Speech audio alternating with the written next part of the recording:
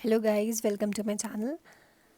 The topic of discussion for today is equilibrium of a firm. आज हम पढ़ेंगे कि एक फर्म equilibrium position को कैसे attain करती है by TR and TC approach. TR and TC approach और MR and MC approach are very important. Exam में बहुत probable है कि question आ जाता है. I'm talking about class 12th board examination. तो please don't take it lightly. आज हम पढ़ेंगे कि इक्विलिब्रियम कैसे अटेन होता है by TR and TC approach के हिसाब से. तो बिफोर स्टार्टिंग या before coming to the question directly पहले थोड़ी सी ब्रीफिंग ज़रूरी होती है. एज वी नो कि डायरेक्ट क्वेश्चन के बाद सीधा आंसर तो नहीं लिखा जाता, थोड़ा बहुत इंट्रोडक्शन देना ज़रूरी है आपको अपने आंसर में. तो वैसे ही यहाँ पर एक्सप्लेनेशन भी ज़रूरी है. सबसे पहले इक्विलिब्रियम ऑफ अ फर्म की बात कर रहे हैं तो पहले फर्म क्या होता है. A firm is defined as an economic entity which employs factors of production to produce commodities that it sells to other people. हम सबको पता है फर्म एक ऐसी ऑर्गेनाइजेशन होती है जहाँ पर प्रोडक्शन होता है. प्रोडक्शन कौन करता है? वो सारे फैक्टर्स ऑफ प्रोडक्शन को मिलाकर प्रोडक्शन होता है. That is land, labour, capital and entrepreneur. उसके बाद कमोडिटी जो प्रोड्यूस हो जाती है फिर वो जाकर बेच दी जाती है नॉर्मल पीपल को. अब पहली चीज़ जो इम्पोर्टेंट है, firm is the basic production unit which involves in two following functions. जो फर्म की हम बात कर रहे हैं वो बेसिक प्रोडक्शन यूनिट है, वही सारा प्रोडक्शन करती है. उसमें दो चीज़ें होती हैं. पहली चीज़, firm buys factor services largely from the households and uses them to produce goods and services. अब हम जब बात करते हैं कि फर्म जो है वो उसको जो प्रोडक्शन फैक्टर ऑफ प्रोडक्शन उसको मिल रहा है जो फर्म को, वो कहाँ से आते हैं? वो सारे हाउस होल्ड्स हैं. हम सबको पता है लेबर की हेल्प से हम अपना प्रोडक्शन करते हैं, मशीनरी की हेल्प से हम अपना प्रोडक्शन करते हैं. क्योंकि एक ह्यूमन लेबर है यहाँ पर, तो लेबर को हम खुद जनरेट नहीं करते. Labour is coming from the people. लोगों से ही लेबर आते हैं जो प्रोडक्शन जो जानते हैं थोड़ा बहुत, उन्हें हम एम्प्लॉय कर देते हैं. तो ये बात यहाँ पर कही गई है कि फैक्टर सर्विसेज जो है वो हम एक फ़र्म की बात जब करें तो फर्म हाउस होल्ड से ही लेती है. मतलब जो नॉर्मल पीपल हैं उसमें जो जो काम करना चाहते हैं उन्हें हम अपनी जॉब में रख देते हैं. तो हाउस होल्ड से लेते हैं हम उन्हें अपनी जो हमारे पास जॉब है वो उन्हें जॉब देते हैं और प्रोड्यूस होता है फिर गुड्स एंड सर्विसेज. सेकंड जो पॉइंट है वो है a firm transforms inputs into outputs. एक फर्म ही ऐसी इकोनॉमिक एंटिटी होती है जो इनपुट को आउटपुट में कन्वर्ट करती है. फॉर एग्जांपल, अगर रॉ मटेरियल है कॉटन का, कुछ कॉटन का बनाना है, cotton is the raw material, उसको ट्रांसफॉर्म करके कॉटन की एक ड्रेस बनेगी. This is the output. In the same way अगर कोई शुगर की मिल है तो गन्ने आएंगे, तो गन्ने इज़ द इनपुट, और जब अल्टीमेट जो प्रोडक्ट है वो चीनी है, जब चीनी बन के निकलेगी दैट इज़ द आउटपुट. तो फर्म ही है जो इनपुट लेती है और उसे आउटपुट में तब्दील कर देती है. Then comes firms are main producers of commodities and principal buyers of factor services. हमें पता है कि जो फर्म्स हैं वही प्रोड्यूस करती हैं, इसीलिए उन्हें कहा गया है producers of commodities and principal buyers of factor services. वही फैक्टर ऑफ प्रोडक्शन की जो सर्विसेज होती हैं वही उसकी बायर्स भी होती हैं. अगर मशीन्स का किसी प्रोडक्शन में काम है तो मशीनों का बनना बहुत ज़रूरी है. और मशीनें बनाता कौन है? ऐसे ही नॉर्मल लोग, हाउस होल्ड्स. उसी तरह से अगर लेबर से हमें काम कराना है तो लेबर को ख़रीदना ज़रूरी है, और लेबर हमें कहाँ से मिलेगा? It is also from the house holds. Normal Janata, normal लोगों से ही निकल के लेबर क्लास भी बाहर आती है. Then we come to meaning of firms equilibrium. अब फर्म के बारे में पता चल गया, उसके जो दो प्रिंसिपल पॉइंट्स थे वो भी पता चल गए. अब फर्म इक्विलिब्रियम का क्या मतलब है? A firm is in equilibrium. Firm को इक्विलिब्रियम पोजीशन पे तब कहा जाएगा when given demand and cost conditions it produces that level of output at which profit is maximized. It is a state of rest. Firm equilibrium position वो होती है जब किसी भी फर्म में जितनी भी उसने अपनी चीज़ें लगाई और जितना उसका कॉस्ट ऑफ प्रोडक्शन था और जितना उसको प्रॉफिट हुआ है, उसमें प्रॉफिट का जो लेवल है वो मैक्सिमाइज हो जाए. उतना उसको मिल जाए कि ठीक है, हमें फ़ायदा हो रहा है. अब अगर उसने 20 रुपये लगाए सपोज़ कॉस्ट ऑफ प्रोडक्शन में और उसको 15 रुपये रिटर्न में मिल रहे हैं तो वो एक लॉस की कंडीशन है. 20 रुपये लगाए 20 रुपये मिल रहे हैं, वो एक इक्विलिब्रियम की कंडीशन है. 20 रुपये लगाए 21 रुपये मिले, that is also a condition of equilibrium, क्योंकि इसमें भी एक प्रॉफिट हो रहा है एक तरीके का. तो profit maximization is the sole objective of business firm. हम सबको पता है कि प्रॉफिट के लिए ही सारे बिजनेस सेटअप होते हैं, और प्रॉफिट ही is the sole objective of any kind of business firm, be it any firm. अब प्रॉफिट्स क्या होते हैं? Profits are defined as difference between the revenue that the firm earns from selling its output and the cost of producing that output. Firm एक difference होता है कि कितना कॉस्ट लगाया और कितना रेवेन्यू मिला. रेवेन्यू और कॉस्ट अब हम पढ़ चुके हैं. अब this is profit. Total profit का ये सिंबल है. टीआर मतलब टोटल रेवेन्यू एंड टीसी मतलब टोटल कॉस्ट. कितना हमने टोटल अपना, सपोज हमने 5,000 रुपये लगाए किसी चीज़ को प्रोड्यूस करने में, रेवेन्यू उससे कितना आया, वो चीज़ बिक कर सपोज 6,000 रुपये का वो बिक गया, तो हमारा टोटल प्रॉफिट कितना हुआ? जब हम 6,000 में से 5,000 मतलब टोटल रेवेन्यू में से टोटल कॉस्ट जब माइनस करेंगे तो जो निकल के आएगा 1,000 रुपीज़, वो है हमारा टोटल प्रॉफिट. तो this is all about firm का इक्विलिब्रियम. जितना भी हमारा खर्चा लगा, जैसे हमने लेबर को दिहाड़ियाँ दी हैं, हमने जो लैंड सपोज रेंट पे था उसका हमने इंस्टॉलमेंट दिया है, किराया दिया है, मशीनरी ख़रीद कर लाए हैं उसका पैसा है, हर चीज़ को जोड़ के प्लस थोड़ा बहुत प्रॉफिट मार्जिन अपना एंटरप्रेन्योर भी जोड़ता है, उसको जोड़ के जो भी टोटल कॉस्ट लगी, सपोज वो 10,000 रुपये की थी, बी इट मान लेते हैं, और टोटल रेवेन्यू उस प्रोडक्ट को जो बेचा तो उस रेवेन्यू जो जनरेट हुआ वो 10,500 है. तो मतलब TR is 10,500 and TC is 10,000.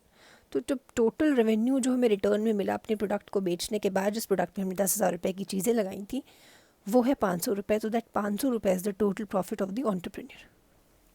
तो ये होते हैं प्रॉफिट्स. डिफरेंस होता है रेवेन्यू का और जो कॉस्ट हमने लगाई है. अब हम आते हैं अप्रोचेस पे. पहले तो यही पढ़ते हैं. When revenue is equals to cost. या जब हमने देखा कि जितना हमने रेवेन्यू लगाया है उतना कॉस्ट लगाया है, वो चीज़ होती है normal profit. It is a basic profit. जब रेवेन्यू बहुत ज़्यादा निकल के आ रहा है, कॉस्ट कम है, रेवेन्यू जो है हमारा, सपोज कॉस्ट हमने लगाई 10,000, रेवेन्यू निकल के आ रहा है हमारा 15,000. Now this is pure profit, economic profit या फिर super normal profit. Now there are two ways of explaining how a firm reaches its equilibrium by maximizing profits. दो तरीके होते हैं कि फर्म एक इक्विलिब्रियम की पोजीशन पे कब पहुंचेगी अपने प्रॉफिट्स को मैक्सिमाइज करके. पहला होता है TR एंड TC अप्रोच, दूसरा है MR and MC approach. Now very very important, बहुत इंपॉर्टेंट है. Now this question is of extreme importance, don't take it lightly. Now here we go with the question. Explain the equilibrium of a firm in short run by TR and TC approach. हमें equilibrium of a firm समझाना है by TR मतलब total revenue and TC approach के हिसाब से. पहले तो हम अपने आंसर में डायरेक्टली एक्सप्लेन करना नहीं शुरू करेंगे, पहले थोड़ा सा बताएंगे ना what is total profit. Total profit क्या होता है? इट इज़ द एक्सेस, जितना TR से TC में माइनस करके जितना भी एक्सेस निकल के आया TR का, that is termed as total profit. Profit is maximum when difference between TR and TC is maximum. TR और TC में जितना भी डिफरेंस आएगा, जितना बढ़ के डिफरेंस आएगा, जितना ज़्यादा डिफरेंस आएगा, उतना ही ज़्यादा प्रॉफिट भी हुआ होता है. अब हम आ जाते हैं अप्रोच पे, विच इज़ दिस.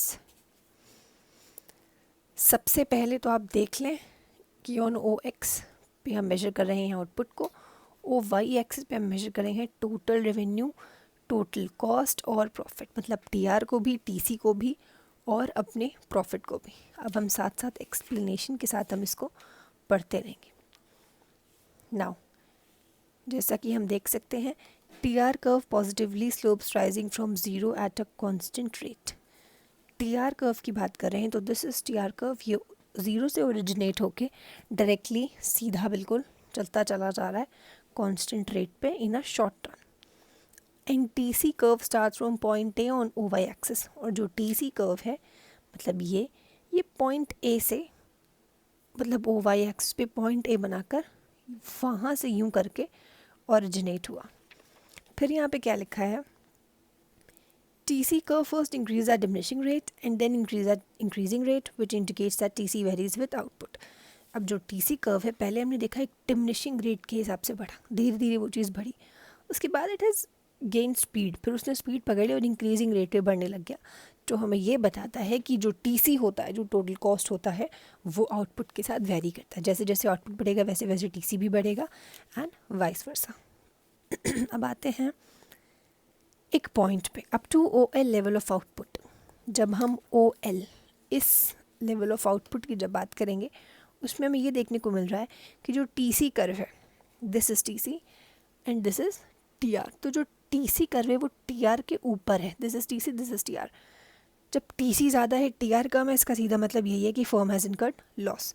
फर्म ने जो टोटल कॉस्ट लगाया और जो टोटल रेवेन्यू लगाया, उसमें उसकी सपोज उसने 5,000 रुपये टी सी लगाया और रेवेन्यू उसको 4,000 रुपये मिला, मतलब 1,000 रुपये का लॉस। तो वो यहाँ पर अप टू ओ एल मतलब इतने लेवल में ये लॉस वाली कंडीशन है, क्योंकि यहाँ पे टी सी ज़्यादा है, टी आर कम है। ऑलराइट, देन कम्स एक और point, at O L level of output T R is equal to T C. O L level of output मतलब यहाँ पर इस बी पॉइंट की बात कर रहे हैं, इस बी पॉइंट पे T R is equal to T C. It is neither profit nor loss, it is break even point. क्योंकि ये इस वाले जब लेवल की पूरी बात करी थी, मतलब बी से पहले वाले जब लेवल की बात करी थी, इट वाज अ पॉइंट जहाँ पर टी सी हमें दिख रहा है कि हमारे टी आर से ऊपर है, मतलब पूरी लॉस की कंडीशन है। बी पॉइंट पे जब हम बात करते हैं, this is the B point, यहाँ पर हम देख रहे हैं दोनों टी सी और टी आर एक दूसरे को कट कर रहे हैं। जब एक दूसरे को कट कर रहे हैं, इसका सीधा मतलब ये है कि there is an intersection. Intersection का मतलब है कि जितना टी सी लगाया उतना टी आर मिला, मतलब no profit and no loss, कोई फ़ायदा नहीं हुआ, कोई नुकसान नहीं हुआ। 20,000 रुपये लगाए थे, 20,000 रुपये वापस मिल गए। So this is the break even point, या फिर इसे T R is equals to T C point भी कहते हैं। तो ए वाले पॉइंट से ओरिजिनेट होकर इतने लेवल पर लॉस हुआ, फिर यहाँ पर जहाँ पर दोनों ने टी आर और टी सी ने एक दूसरे को इंटरसेक्ट किया, this is the point where T C is equals to T R, मतलब कि ब्रेक इवन पॉइंट। अब आगे आते हैं, between O L and O N level of output T R is more than T C, it means the profit increases with output and then decreases. अब O L और O N मतलब इन यहाँ से लेके एंड ओ एन, इनके बीच वाले इस पूरे पोर्शन की जब बात कर रहे हैं, उसमें हम ये देखने को मिल रहा है कि जो टी आर है, मतलब टोटल रेवेन्यू की जो लाइन है, वो टी सी से ऊपर है, this is above and this is below. मतलब firm is earning profit and profit is increases with output and then decreases. अब देखिए, पहले खूब बढ़ता गया बढ़ता गया बढ़ता गया, मतलब टी आर ऊपर है, टी सी नीचे, मतलब फ़ायदा हो रहा है, प्रॉफिट हो रहा है, क्योंकि रेवेन्यू हमें ज़्यादा मिल रहा है और कॉस्ट हमने कम लगाई थी, रेवेन्यू हमें ज़्यादा मिल रहा है, उसके हिसाब से देखा जा रहा है। तो ये ऊपर है ऊपर है। उसके बाद हमने देखा कि फिर से टोटल कॉस्ट ऊपर निकल गई। तो ओ एल से लेके ओ एन लेवल तक, मतलब राइट फ्रॉम यहाँ से लेके यहाँ तक, इस पूरे एरिया में फर्म जो है प्रॉफिट इनकर कर रही है, क्योंकि टी आर हमारा ऊपर है और टी सी हमारा नीचे। अब ओ एम लेवल पे क्या हो रहा है, अब हम एम की बात करते हैं। At O M level of output the C E is the maximum profit earned by the firm, the difference between T R and T C is maximum. अब ओ एम लेवल पे M की जब बात कर रहे हैं, यहाँ पर हमें एक सी ई देखने को मिल रहा है, दिस इज सी ई।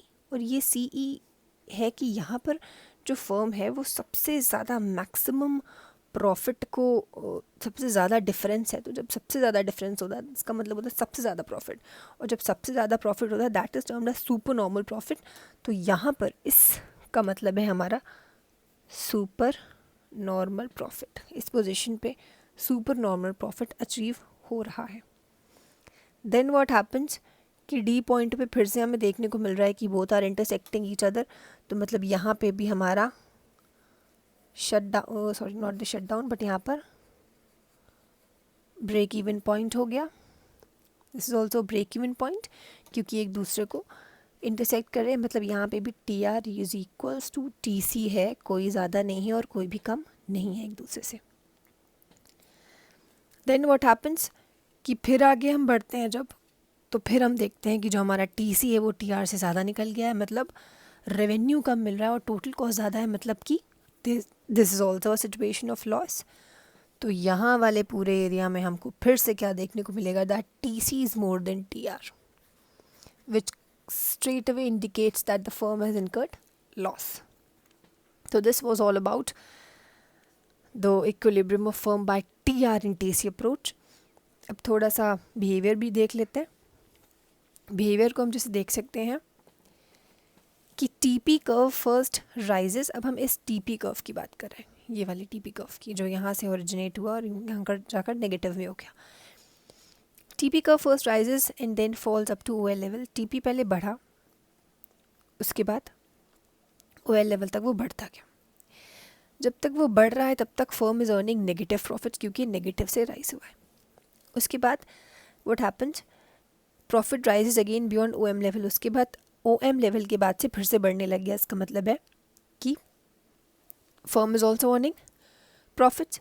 उसके बाद it has again started sloping negatively. M के बाद से वो फिर से स्लोप करना स्टार्ट हुआ, यहाँ पर ज़ीरो पे है, and then as it has gone negative.